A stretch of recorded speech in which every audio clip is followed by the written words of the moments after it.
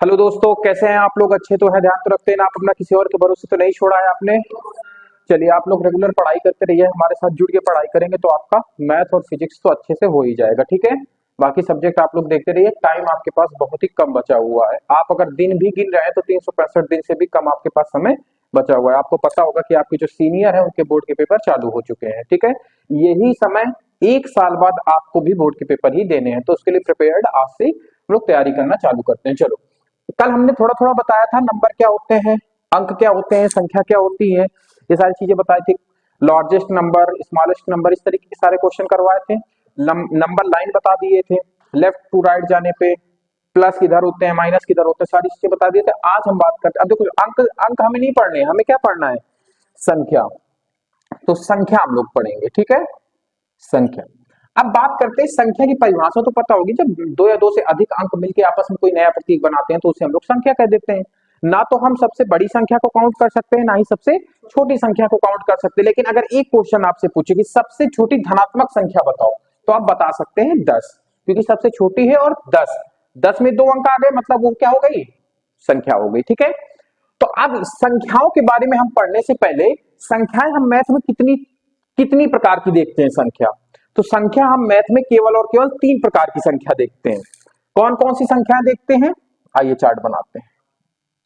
ठीक है, इसको थोड़ा सा साइड में बनाते हैं, नहीं तो इसमें पूरा हो नहीं पाएगा। एक ही चार्ट में पूरे वीडियो मतलब पूरा बोर्ड भरूंगा, वैसे ही आपको बनाना है। अगर ये चार्ट आपने याद कर लिया तो जितनी भी फुटकर में आपको याद करनी पड़ती है ना, पूर्णांक संख्या क्या होती है, पूर्ण संख्या, होल नंबर, ये सारी जितनी भी हैं, सम विषम अभाज्य भाज्य, सबसे छोटी बात सबसे बड़ी बात, सारी चीजें आपका बेसिक क्लियर करवा देंगे हम। ठीक है, तो सबसे पहले हम किस चीज के बारे में पढ़ेंगे? संख्या।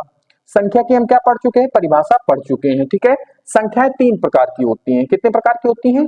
3 प्रकार की होती हैं। ठीक है, तो पहली संख्या होती है हमारी वास्तविक संख्या।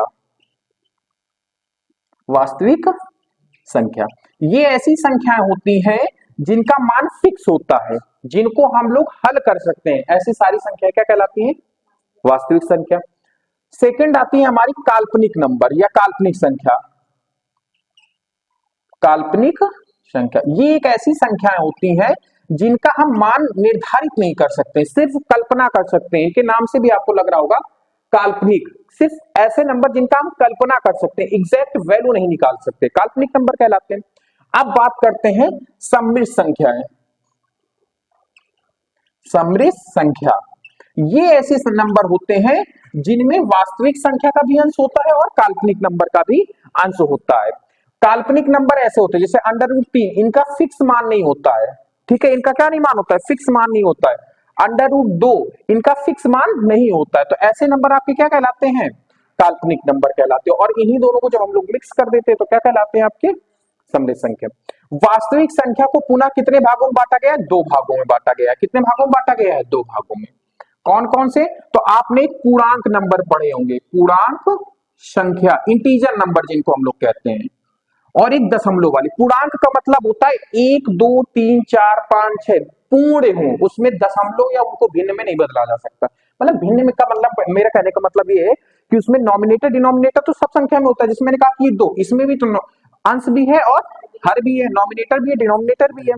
लेकिन 2 का क्या एक फिक्स वैल्यू है कि नहीं है? इसमें दशमलव वगैरह कुछ नहीं होता, 2 2 ही रहता है। ठीक है, तो ऐसे संख्या क्या होते हैं आपके? पूर्णांक संख्या हो जाती है। सारी डिफिनेशन लिखवाएंगे, परेशान होने की बात नहीं है, थोड़ा सा रेफरेंस लेते चलो केवल। फिर इसके बाद हम लोग क्या पढ़ते हैं? दशमलव संख्या। दशमलव संख्या। ठीक है, अब पहले हम लोग देखेंगे, ये भी कई प्रकार की होती है, इनको छोड़ के पहले पूर्णांक नंबर में आते हैं। देखो यहां तक तो सेम रहता है, फिर इनके बाद यहां से आपकी 2 भाग में बढ़ जाती हैं नंबर। कौन कौन से? उनको छोड़ देते हैं, हमें ये चीजें नहीं पढ़नी है।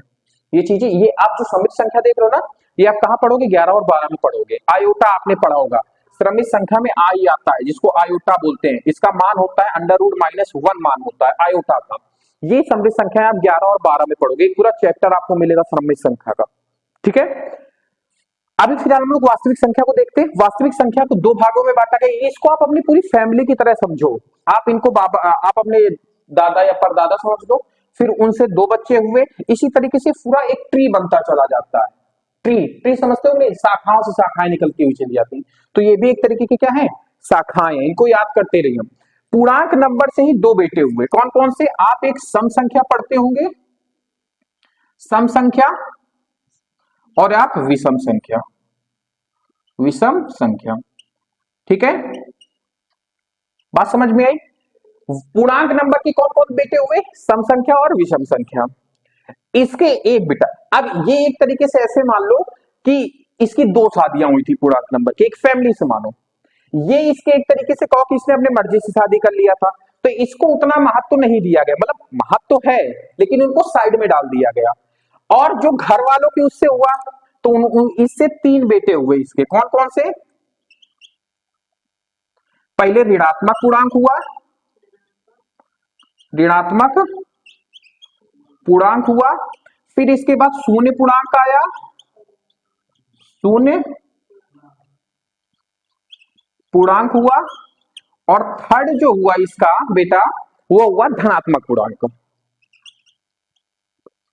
धनात्मक पूर्णांक, ठीक है।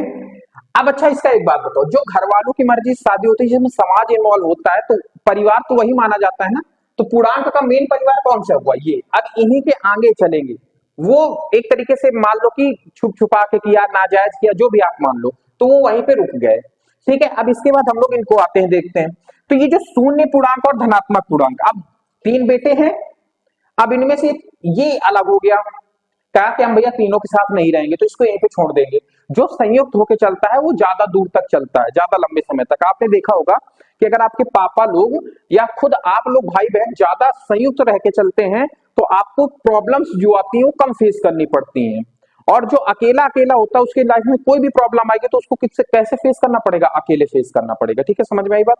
जैसे सपोज करो कि किसी की बीमारी हुई, उसमें 10 लाख की जरूरत है, तो अगर आपके पापा या आप अकेले हो तो आपको कितना पैसा देना पड़ेगा, 10 लाख। अब मान लो आपके 5 परिवार है, 5 लोग हैं आपके परिवार में, सबने अगर मान लो कि 1-1 लाख 2-2 लाख दिए, तो आपका एक के ऊपर बर्डन नहीं आता है। तो ये दोनों साथ रहे, इन दोनों को साथ में मिला के कौन सी एक नई संख्या का निर्माण किया इन्होंने, इसको हम लोगों ने कहा पूर्ण नंबर, पूर्ण संख्या, होल नंबर कहा इसको, ठीक है, पूर्ण नंबर कहा, 0 से लेके 1 तक अभी बताएंगे। और ये जो धनात्मक है इसी को एक नया नाम दिया गया, प्राकृतिक संख्या, प्राकृतिक संख्या। अब समझ में आई कि नहीं समझ में आया। धनात्मक पूर्णांक को ही एक नए नाम से जाना जाने लगा, कौन सा ना, प्राकृतिक संख्या। और शून्य पूर्णांक और धनात्मक पूर्णांक को मिला के जो नंबर बने उनको हम लोग पूर्ण संख्या कहने लगे, होल नंबर्स कहने लगे, ठीक है, समझ में आई बात। प्राकृतिक संख्या से फिर दो बेटे हुए, जिसको हमने कहा भाज्य संख्या और अभाज्य संख्या, भाज्य संख्या,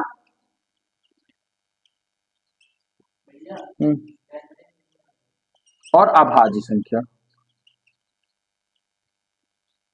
ठीक है, भाज्य संख्या और अभाज्य संख्या, ठीक है, समझ में आई बात, कितना नहीं आया, ठीक है, भाज्य और अभाज्य, ठीक है। तो अब ये एक फैमिली ट्री किसकी बनी, पूर्णांक नंबर की बनी, समझ में आई बात की नहीं। पहले इसके तीन बेटे हुए, ऋणात्मक पूर्णांक, शून्य पूर्णांक और धनात्मक पूर्णांक, फिर इन दोनों को मिला के ये बना होल नंबर, जिसको पूर्ण संख्या हम लोग कहने लगे। और धनात्मक पूर्णांक को एक नए नाम से जाना जाने लगा, जिसको हम लोग कहते हैं प्राकृतिक संख्या। इनके दो बेटे हुए, भाज्य संख्या और अभाज्य संख्या। अब आप लोगों को ये समझ में आ रहा होगा कि भैया ये इतना लेखन पढ़ा क्यों रहे हो, इनको याद कैसे करें, बड़ा लेखन है इसको याद करने पे। तो अगर आपको ये ट्री याद है, ये जो एक ट्री मैं बना रहा हूं, अगर ये आपको ट्री याद है ना, तो आपने इस प्रकार के क्वेश्चन जरूर आपने कक्षा 9 और 8 में पढ़े होंगे कि क्या एमसीक्यू में, मतलब सही और गलत वाले में, एक प्राकृतिक संख्या पूर्ण संख्या है या एक पूर्ण संख्या प्राकृतिक संख्या हो सकती है, इस तरीके के क्वेश्चन आपने पढ़े हैं कक्षा 9 में, हमने पढ़ाए हैं। आ? एक भाज्य संख्या पूर्णांक संख्या है कि नहीं है, क्या भाज्य संख्या ऋणात्मक हो सकती है, इस तरीके के बहुत सारे क्वेश्चन बनते हैं। अगर आपने ये चीज समझ लिया तो आपको अच्छे समझ में आ जाएगा। अब आते हैं दशमलव संख्या। दशमलव भी दो प्रकार का होता है, कितने प्रकार का होता है, दो प्रकार के, एक शांत दशमलव होता है, एक अशांत दशमलव होता है, ठीक है। तो एक क्या होता है, शांत दशमलव संख्या, ठीक है, और दूसरा कौन सा होता है हमारा, अशांत दशमलव संख्या। अब ये शांत क्या है, अशांत क्या है, एक थोड़ा सा व्यू देख लो। मैंने कहा 2.3, क्या दशमलव बाद नंबर रिपीट हुए बहुत ज्यादा, अनंत तक गए? नहीं। तो शांत हो गया कि नहीं, दशमलव बाद नंबर शांत हो गया कि नहीं, एक आए, दो आए, तीन आए। अब जैसे मैं कह दूं कि इतना आया, तो ये शांत है कि नहीं, अनंत तक तो नहीं जा रहा है। तो ऐसे नंबर, ऐसे ऐसे दशमलव संख्या क्या कहलाएंगी, शांत दशमलव। अब अगर मैं यही बात इसमें करूं कि 2.34 3 4 3 4 3 4 रिपीट हो रहे हैं, तो बार लगा देते हैं आप लोग ऐसे। ये पढ़ा है आपने, सबने पढ़ा होगा। तो ये बार का मतलब होता है इसके बाद यही, जितने के ऊपर बार लगा होगा वो उतनी वही संख्या रिपीट करती रहेंगी अनंत तक, ठीक है। तो उनको हम लोग कहते हैं अशांत दशमलव। क्या कहते हैं, अशांत दशमलव। अब अशांत दशमलव दो प्रकार के होते हैं, एक रिपीटिंग अशांत दशमलव, एक नॉन रिपीटिंग अशांत दशमलव। एक क्या होते हैं, रिपीटिंग अशांत दशमलव और नॉन रिपीटिंग। अब रिपीटिंग और नॉन रिपीटिंग क्या होते हैं, आप समझना। जैसे मैंने अभी एक ऐसे लिखा था 3 4 3 4 3 4 3 4 3 4। तो एक बात बताओ, 3 4 3 4 3 4 अनंत तक रिपीट हो रहा है कि नहीं? तो ऐसे नंबर को हम लोग क्या बोल देंगे, अशांत। एक तो अशांत है, दशमलव के बाद रुक नहीं रहे, और कहां तक जा रहे हैं, अनंत तक, मतलब रिपीटिंग अशांत दशमलव। अगर मैं ऐसे ही इनको ऐसे लिखो 3 4 2 5 2 7 8 2, समथिंग अबाउट दिस, जो मनाए लिखते चले जाए अनंत तक। तो क्या इसमें कोई नंबर रिपीट दिख रहा है, क्या बार लगा सकते हैं क्या, इनमें नहीं लगा सकते। तो ऐसी संख्याओं को क्या कहेंगे, नॉन रिपीटिंग अशांत दशमलव। ठीक है, समझ में आई बात की नहीं समझ में आई? तो REPEATING, रिपीटिंग अशांत दशमलव, अशांत दशमलव। बात समझ में आई? और इसके बाद क्या आ जाता है, non non non repeating, REPEATING, non repeating अशांत दशमलव।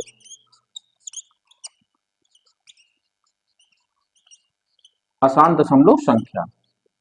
ठीक है, समझ में आई मेरी बात की नहीं, संख्या।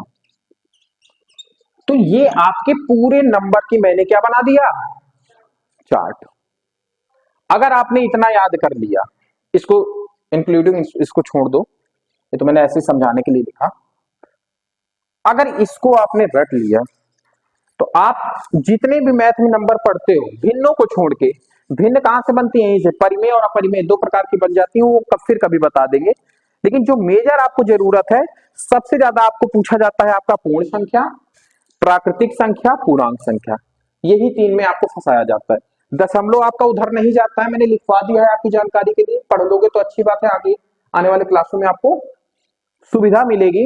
अगर आप इनको नहीं भी याद करते हो दशमलव में, तो बहुत ज्यादा इफेक्ट नहीं पड़ेगा। लेकिन ये पूर्णांक की जो ट्री मैंने बनाई है ना, ये बहुत जरूरी याद कर लेना। अब मैं आपसे एक क्वेश्चन पूछ रहा हूं, आप मुझे उस क्वेश्चन का जवाब देना। क्या कोई ऋणात्मक नंबर सम संख्या हो सकती है?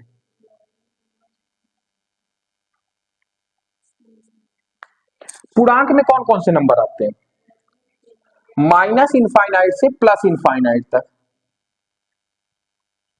इनके बीच में जितने पूर्णांक, पूर्णांक का मतलब एक दो, दशमलव में ना आए, क्योंकि दशमलव तो हमने अलग कर दिया था, मतलब पूरे नंबर आए, दशमलव में ना आए, ऐसी संख्या क्या कहलाती है, पूर्णांक संख्या कहलाती है। अब पूर्णांक में ऋणात्मक भी होती है और धनात्मक भी होती है। अब जो प्रॉपर्टी इसके पास होगी, वो इन दोनों में भी तो बटेगी। कुछ धनात्मक संख्याएं इसके पास जाएंगी, सम संख्या के पास, और कुछ विषम संख्या के पास जाएंगी। बात नहीं समझ में आ रही? कुछ धनात्मक ऋणात्मक संख्या सम संख्या के पास जाएंगी, और कुछ विषम संख्या के पास जाएंगी। तो क्या मैं ये बात कह सकता हूं कि सम जो संख्याएं हैं वो धनात्मक भी हो सकती हैं और ऋणात्मक भी हो सकती हैं? मैं विषम में भी तो यही बात कह सकता हूं, क्योंकि बाप की प्रॉपर्टी बेटे में आधी आधी बचती है, और हर एक चीज आधी बढ़ती है। घर भी आधा बटेगा, खेत भी आधा बटेगा, और जो भी आपके कारखाने, बड़ी बड़ी चीज, जो भी चीजें सब आधी आधी बटेंगी। तो इसके पास प्लस और माइनस दोनों प्रकार की संख्या थी, तो दोनों बांटेंगे कि नहीं आपस में, कुछ इसके पास जाएंगे कुछ इसके पास। तो क्या हम ये बात कह सकते हैं क्या कि पूर्णांक संख्या जो है, सम संख्या और विषम संख्या ऋणात्मक हो सकती है? अब मैं आपसे पूछूं कि भाज्य संख्या ऋणात्मक हो सकती है कि नहीं हो सकती है? अब भाज्य संख्या ढूंढो, कहां, ये तो नीचे है, भाज्य संख्या नहीं हो सकती। क्यों? क्योंकि पूर्णांक संख्या ऑलरेडी अपने ये तो नाजायज थे, जायज बच्चे तो ये थे 3, तो ऋणात्मक संख्या शून्य। इसने क्या किया कि सबको भैया देख, एक को खेत दे दिया, ऋणात्मक को मानो खेत दे दिया, इसको शून्य को मानो घर दे दिया, इसको मानो कि बढ़िया कुछ मतलब कारखाना था वो दे दिया, तो ऋणात्मक संख्या यहां निकाल दिया उसने, पूर्ण शून्य यहां निकाल दिए। अब जो धनात्मक है इसी के तो प्राकृतिक संख्या है, इसी के तो बच्चे हैं ये दोनों, तो इनको प्रॉपर्टी कितनी मिलेगी? सिर्फ धनात्मक वाली धनात्मक प्रॉपर्टी मिलेगी इनको। और धनात्मक प्रॉपर्टी का मतलब भाज्य और अभाज्य के पास ऋणात्मक संख्याएं नहीं होगी। तो बढ़िया सा एक क्वेश्चन बन जाता है, भाज्य और अभाज्य कभी भी ऋणात्मक नहीं हो सकती हैं, सम और विषम दोनों ऋणात्मक और पॉजिटिव दोनों हो सकती है। जैसे मैं अब एज एग्जांपल माइनस के 24 क्या सम संख्या है या विषम संख्या? बता सकते हैं इसको देख के? सम और विषम का कॉन्सेप्ट तो जानते हो, जो 2 से कट जाए सम संख्या, जो 2 से न कटे विषम संख्या। 24 2 से कटेगी मतलब ये सम संख्या है, हम इसको डिफाइन कर सकते हैं। ऋणात्मक ऋणात्मक नहीं बोलना, बस सम और विषम मैंने पूछा तो आप क्या बताओगे कि सम संख्या है ये, ऋणात्मक है कि धनात्मक है ऋणात्मक है, मुझे इससे मतलब नहीं, क्योंकि इसके पास दोनों प्रकार के नंबर है, दिमाग लगाना ही नहीं है। दिमाग कहां लगाना है? जब मैं पूछूं कि क्या -24 भाज्य संख्या या अभाज्य संख्या, क्या बताओगे आप? अरे पागलों, जब इसके पास माइनस का कोई प्रॉपर्टी गई ही नहीं तो इसके पास माइनस कर क्या रहा है? क्या -24 कभी भाज्य और अभाज्य के पास हो सकता है? भैया उसके पास माइनस की चीजें नहीं है। तो हम क्या कह सकते हैं कि ऋणात्मक संख्याएं कभी भी भाज्य और अभाज्य नहीं हो सकती हैं। हम डिफाइंड कर ही नहीं सकते कि -24 भाज्य है या अभाज्य है। कुछ समझ में आ रहा है कि हम क्या बोल रहे हैं, आपको क्या समझाना चाह रहे हैं? ये ट्री से ये फायदा होता है, आपको रटना नहीं पड़ेगा। वैसे कि सम संख्या कभी भी सम संख्या धनात्मक और ऋणात्मक हो सकती है, भाज्य और अभाज्य संख्या कभी भी ऋणात्मक नहीं हो सकती। रटना नहीं पड़ेगा, ये ट्री याद रखो और इसी ट्री से सारी चीजें निकल के आ जाएंगी आपकी। बात समझ में आ गई कि नहीं आ गई? क्या जीरो को डिफाइन कर सकते हैं हम? जीरो भाज्य है या अभाज्य है? अगर मैं पूछूं जीरो भाज्य संख्या या अभाज्य संख्या, वो कुछ नहीं है, ना ही अभाज्य, क्योंकि जीरो तो हम निकाल चुके हैं, ये शून्य पूर्णांक बैठा हुआ है, यहाँ पे केवल जीरो आता है, यहाँ केवल धनात्मक गई है, वो भी कहां से? 1 2 3 4 5 से लेके प्लस इनफाइनाइट तक धनात्मक गई है, जीरो को फिर भी इंक्लूड नहीं किया गया। चीजें समझ में आ रही हैं आपको? कोई नहीं समझ में आ रही? तो इसको ये पूरा ट्री बना लो, फिर इसके बाद एक एक चीज की डिफिनेशन लिखवाते कि वास्तविक संख्याएं क्या है, काल्पनिक क्या है और समृद्ध क्या है, फिर दशमलव, इनकी डिफिनेशन लिखवाते हैं, मैथ में कौन से नंबर होते हैं, ये सारी चीजें बताते हैं। थोड़ा थोड़ा ओवरव्यू समझ में आया है कि नहीं आया कि कौन कौन से नंबर है? मैंने सारी चीजें हल्की हल्की बताई कि ऋणात्मक क्या है, शून्य क्या है, धनात्मक क्या है। अब जब प्रॉपर आपको डिफिनेशन बना के लिखवाएंगे तो आपको अच्छे समझ में आ जाएगा। नोट कर लो, फिर नेक्स्ट स्लाइड में इनकी डिफिनेशन बताते हैं आपको। चलिए दोस्तों, अब बात करते हैं, नेक्स्ट स्लाइड है हम लोगों की, सेकंड है आज की। इसमें हम लोग पहले संख्या पढ़ेंगे, हालांकि मैं संख्या बता चुका हूं पहले। संख्या पढ़ेंगे, फिर वास्तविक संख्या, काल्पनिक संख्या। हो सकेगा तो अगर इसी स्लाइड में जगह बचेगी तो हम लोग क्रमिक संख्या या कॉम्प्लेक्स नंबर के बारे में पढ़ लेंगे, नहीं बचेगी तो नेक्स्ट स्लाइड में देखेंगे। अच्छा, नंबर की डिफिनेशन क्या होती है? इससे पहले जो अभी मैंने चार्ट बनवाया था उसको रिवीजन कर लेते हैं, है ना? रिवीजन करना जरूरी है, नहीं तो याद नहीं होगा।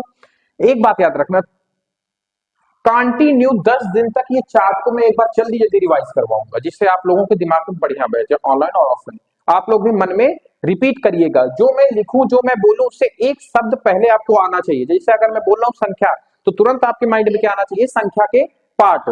फिर मैं जब संख्या के पार्ट बोल रहा हूं तो नेक्स्ट में मैंने क्या कराया था, सारी चीजें एक कदम आपको मुझसे आगे चलना है। कहीं रुक रहे हो, जो नहीं आ रहा है, तब मेरा वेट कर लो, नहीं तो एक कदम आगे चलोगे, जिससे आपको याद होने में याद होता रहेगा। ठीक है, तो सबसे पहले हमने क्या बताया था? संख्या।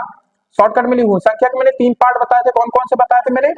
पहले मैंने वास्तविक बताया, फिर काल्पनिक बताया, फिर समृद्ध बताया। हालांकि काल्पनिक में मैंने शायद √3 बता दिया था, ये नहीं होता है काल्पनिक। काल्पनिक अंडर रूट के अंदर जो है माइनस का चिन्ह आना चाहिए, माइनस की कोई संख्या थी उसको हम लोग काल्पनिक बोलते हैं। मैंने नेक्स्ट स्लाइड में शायद केवल अंडर रूट का चिन्ह लिखा था, ठीक है, माइनस नहीं लगाया था।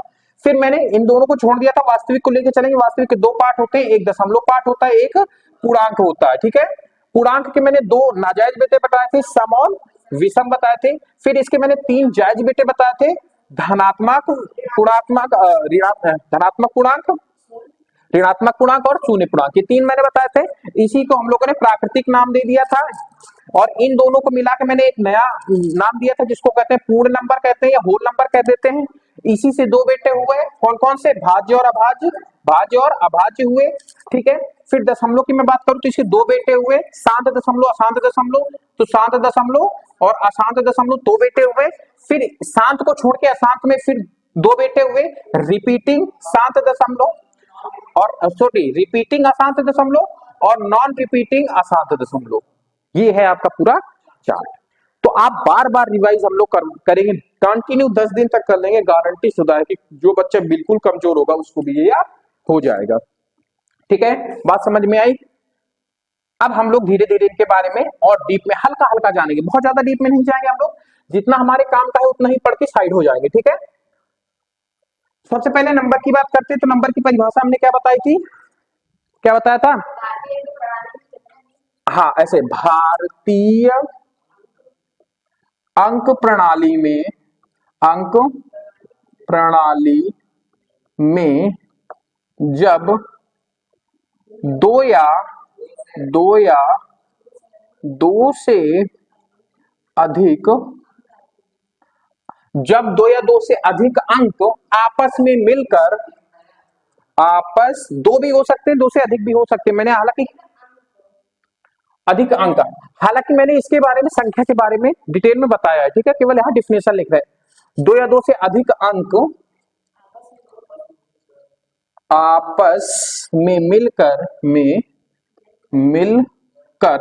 एक नया प्रतीक बनाते हैं, एक नया प्रतीक, अंक नहीं बेटा, नया प्रतीक बनाते हैं, उसे संख्या कहते हैं, उसे क्या कहते हैं, संख्या कहते हैं। क्या यहां तक बात आपको समझ में आई कि, ठीक है।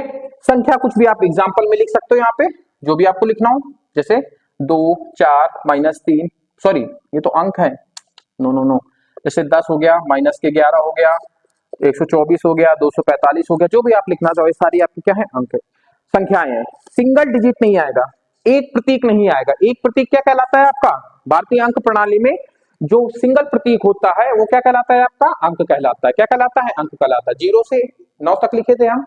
फिर मैंने ये बताया था कि 1 क्यों पहले आता है, फिर 2 क्यों आता है, 3 क्यों आता है, 4 क्यों आता है, 5 क्यों आता है, मैंने बताया था ना, बताया था कि नहीं बताया था, ये वाला सद आप लोग भूल गए हो। 1 2 एंगल डिपेंड करते हैं, बताए थे कि नहीं बताए थे, ठीक है। अब बात करते हैं वास्तविक संख्या। अब वास्तविक संख्या की डिफिनेशन क्या है, समझना मेरी बात को।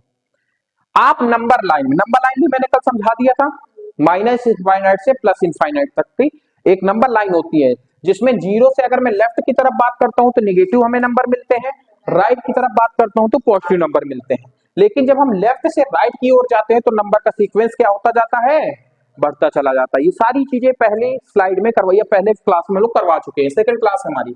तो वास्तविक संख्या की परिभाषा क्या होती है, नंबर लाइन में माइनस इनफाइनाइट से प्लस इनफाइनाइट, माइनस इनफाइनाइट से प्लस इनफाइनाइट के बीच सभी अंक या संख्या, क्योंकि नंबर लाइन में तो संख्या भी आती है और अंक भी आते हैं, दोनों आते हैं ना, तो क्या के बीच सभी अंक या संख्या वास्तविक संख्या कहलाती है, वास्तविक संख्या कहलाती है। बात समझ में आई। एग्जाम्पल यहां पे नहीं होगा, यहां पे एक चित्र बनेगा, यहां से माइनस इनफाइनाइट, फिर डेड डेड डेड डैश चलेंगे, माइनस के 245 dead dead dead dash, minus के 24 dead dead dead dash, minus के 2, फिर डेड डेड डैश करेंगे, यहाँ पे 0 हमें मिलेगा। फिर इसके बाद यहाँ पे क्या हो जाए, देखो यहां तक हम माइनस में चले हैं, इधर काहे में चलने लगेंगे, प्लस में, तो 9 हो जाएगा, ये कुछ भी ले लो, 9 8 dead dead dead dash, plus का ही कुछ भी ले लो, जो आपका मन हो जो लिखने के लिए, ये प्लस के इनफाइनाइट। तो ये हमने क्या बना दिया आपका, एक ये वास्तविक संख्या है। जो भी आप इनके अंदर देखते हो, इसमें दशमलव भी आएगा, भिन्न भी आएगी, मतलब जो चीजें आप देखते हो मैथ में वो सारी कहाँ गई, आपकी वास्तविक में आ गई। चाहे वो दशमलव की हो, चाहे सम हो, चाहे विषम हो, चाहे भाज्य हो, अभाज्य हो, पूर्ण है, पूर्णांक हो, सबका पिता कौन है, वास्तविक संख्या। और वास्तविक संख्या की भी पिता कौन है, संख्या, ठीक है। संख्या के कोई नहीं है, वो अकेले थे, अकेले से इतना बड़ा परिवार उन्होंने खड़ा कर लिया, ठीक है। हाँ, उनका उद्घाटन हुआ था, ठीक है। अब बात करते हैं हम लोग काल्पनिक संख्या, ठीक है। क्या बात करते हैं? काल्पनिक संख्या। समझना मेरी बात को, देखो काल्पनिक संख्या की परिभाषा मैंने अभी बताया कि जब अंडर रूट के अंदर कोई माइनस की संख्या आ जाती है तो उसी को हम लोग क्या कहने लगते हैं? काल्पनिक नंबर कहने लगते हैं। इनको हम एग्जैक्ट रिप्रेजेंट नहीं कर सकते हैं, या फिर ऐसे नंबर जिनको हूबहू नंबर लाइन में डिनोट ना किया जा सके, ऐसे नंबर क्या कहलाते हैं आपके? काल्पनिक। एक काल्पनिक नंबर की तो ये काल्पनिक संख्या की तो एक सिंपल सी परिभाषा होगी। कौन सी परिभाषा? ऐसे नंबर या ऐसे प्रतीक या ऐसी संख्याएं, कुछ भी बोल दो, जो नंबर लाइन में दर्शाया, जिन्हें नंबर लाइन में दर्शाया नहीं जा सकता है, काल्पनिक संख्या कहते हैं। ये जो आयोटा होता है ना, मैंने बताया था आयोटा, जैसे मैंने लिखा कि -24 या फिर मैंने लिखा -4, तो इसको जब सॉल्व करेंगे तो 4 तो बाहर आ जाएगा, 2 बन के बाहर आएगा, अंदर क्या बचेगा? -1, और इसकी वैल्यू मैंने कितनी बताई थी आपको? आई, आयोटा इसको कहते हैं। तो इसको हम एग्जैक्ट नंबर लाइन में डिनोट नहीं कर सकते हैं, तो ऐसे नंबर क्या कहलाते हैं? हम लोगों को काल्पनिक नंबर कहलाते हैं, ठीक है। तो परिभाषाएं क्या लिखेंगे इसके काल्पनिक नंबर की? तो जब ऐसी संख्या जो वर्गमूल के अंदर ऐसे ऋणात्मक नंबर जो वर्गमूल के साथ आते हैं, ऐसी संख्याएं क्या कहलाती हैं? काल्पनिक नंबर कहलाती है। एग्जैक्ट परिभाषा, एक ऋणात्मक संख्या को वर्गमूल, एक ऋणात्मक संख्या का वर्गमूल ही काल्पनिक संख्या कहलाता है। आप ये भी लिख सकते हो, क्या लिख सकते हो? एक ऋणात्मक संख्या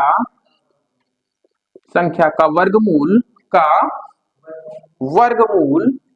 वर्गमूल क्या कहलाता है? काल्पनिक संख्या कहलाती है। काल्पनिक संख्या कहलाती है, एग्जाम्पल आपको मैं दूं, √-24 या फिर -4 लिख लो, √-10 लिख लो, √-12 लिख दो, बस अंडर रूट के अंदर ही आनी चाहिए। ऐसा नहीं कि आप प्लस का नहीं लिखना है, प्लस को तो रिप्रेजेंट कर सकते हैं। अरे पागलो, आप लोगों ने उसमें कक्षा 9 में नहीं पढ़ा कि √5 को नंबर लाइन में डिनोट करना? भूल गए क्या? √3 को, √5 को रिप्रेजेंट करना पढ़ा है ना? जब नंबर लाइन में आप लोग ऐसे करके ऐसे नंबर लाइन खींचते थे, ऐसे करते थे, तो ऐसे समथिंग आता था, ध्यान है? तो √5 को तो हम लोग नंबर लाइन में डिनोट कर सकते हैं, लेकिन अगर मैं इसी के अंदर माइनस लगा दूं तो क्या इसको डिनोट कर सकते हैं? क्या नहीं कर सकते हैं, ठीक है। तो जो नंबर लाइन में डिनोट ना किए जा सके, ऐसी संख्या जिनको हम लोग नंबर लाइन में प्रदर्शित नहीं कर सकते हैं, काल्पनिक संख्या कहलाती। चाहे ये परिभाषा लिख लो, चाहे मैंने जो इसमें दी गई है मैंने वो लिखवा दिया है, ठीक है आपको। अब एक यहीं पे चौथी लिख लो, कैमरे में दिख रहा है, देखो जरा सा, वास्तविक संख्या। क्या? समृद्ध संख्या, समृद्ध संख्या, ठीक है, दिख रहा है? चलो मैं बोल रहा हूं, अगर ये उतना इंपॉर्टेंट नहीं है, समृद्ध संख्या, कॉम्प्लेक्स नंबर इनको हम लोग बोलते हैं। अगर नहीं दिख रहा है तो कोई दिक्कत नहीं है, आप लोग थोड़ा सा एडजस्ट कर लीजिए, मैं जो बोल रहा हूं उसको आप लोग ध्यान दीजिएगा, ठीक है। तो कॉम्प्लेक्स नंबर, ठीक है। इंग्लिश में हम लोग समृद्ध संख्या को क्या बोलते हैं? कॉम्प्लेक्स नंबर बोलते हैं। क्या बोलते हैं? Complex number. अब ये कैसी संख्या होती है? ऐसे नंबर या ऐसी संख्या जिनमें वास्तविक और काल्पनिक दोनों संख्याएं आती है, या फिर ऐसे लिख दो, वास्तविक और काल्पनिक संख्याओं को मिला के जो संख्या प्राप्त होती है उसे हम लोग समृद्ध संख्या कह देते हैं, ठीक है। तो ये सही है ना? तो क्या लिखेंगे हम लोग? वास्तविक और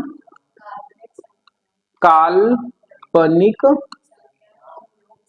संख्या से मिलकर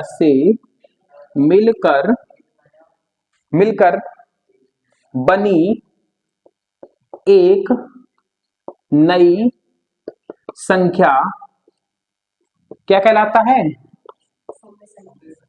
समृद्ध संख्या कहलाता है। संख्या कहलाती है या कहलाता है, जो भी आप लिखना चाहो। अभी यहाँ पे लिंग डिसाइड मत करने लगना कि पुल्लिंग है या स्त्रीलिंग है, ठीक है। इसका एग्जाम्पल जैसे 2 वास्तविक संख्या आ गई, प्लस से हमने जोड़ दिया इसको, कहा से? -2 से, तो ये क्या हो जाएगा आपका? एक काल्पनिक संख्या हो गई कि नहीं हो गई? इसी को एक फॉर्म में ऐसे भी लिख सकते हैं, 2 + 4i, ऐसे भी लिखा जा सकता है। ये आयोटा भी आ गया तो क्या कहलाएगा आपका, सममित संख्या कहलाएगा। ठीक है, इस तरीके के जितने भी नंबर होंगे वो सारे क्या कहलाएंगे, क्रमिक संख्याएं कहलाएंगे। मैं क्या बार बार आपसे कह रहा हूँ 11 और 12 में आपके अगर भाई बहन सीनियर हो तो उनकी किताब में देखना, ये पूरा एक चैप्टर है, इवन एक चैप्टर नहीं, एक अध्याय है पूरा। कुछ 11 में पढ़ाया जाएगा, कुछ 12 में। जब मैं पढ़ाता था तो हम लोगों को पूरा एक उसमें पढ़ाया जाता था, एक ही बुक में था, शायद मेरे उसमें 12 में था, पूरा एक अध्याय था। अध्याय समझते हो, जैसे मान लो 4.1, 4.2, 4.3, 4.5, पूरी एक्सरसाइज थी हमारे उसमें क्रमिक संख्या की। तो इनको कब मत समझो कि इसमें कुछ है नहीं, इसमें बहुत कुछ है जानने के लिए। ठीक है, तो मोटा माटी मैंने बता दिया है, नोट कर लो। फिर इसके बाद वास्तविक संख्या के ही पार्ट पढ़ेंगे, दशमलव और पूर्ण। फिर दशमलव का अध्ययन करेंगे, फिर नोट कर लो जल्दी से इसके।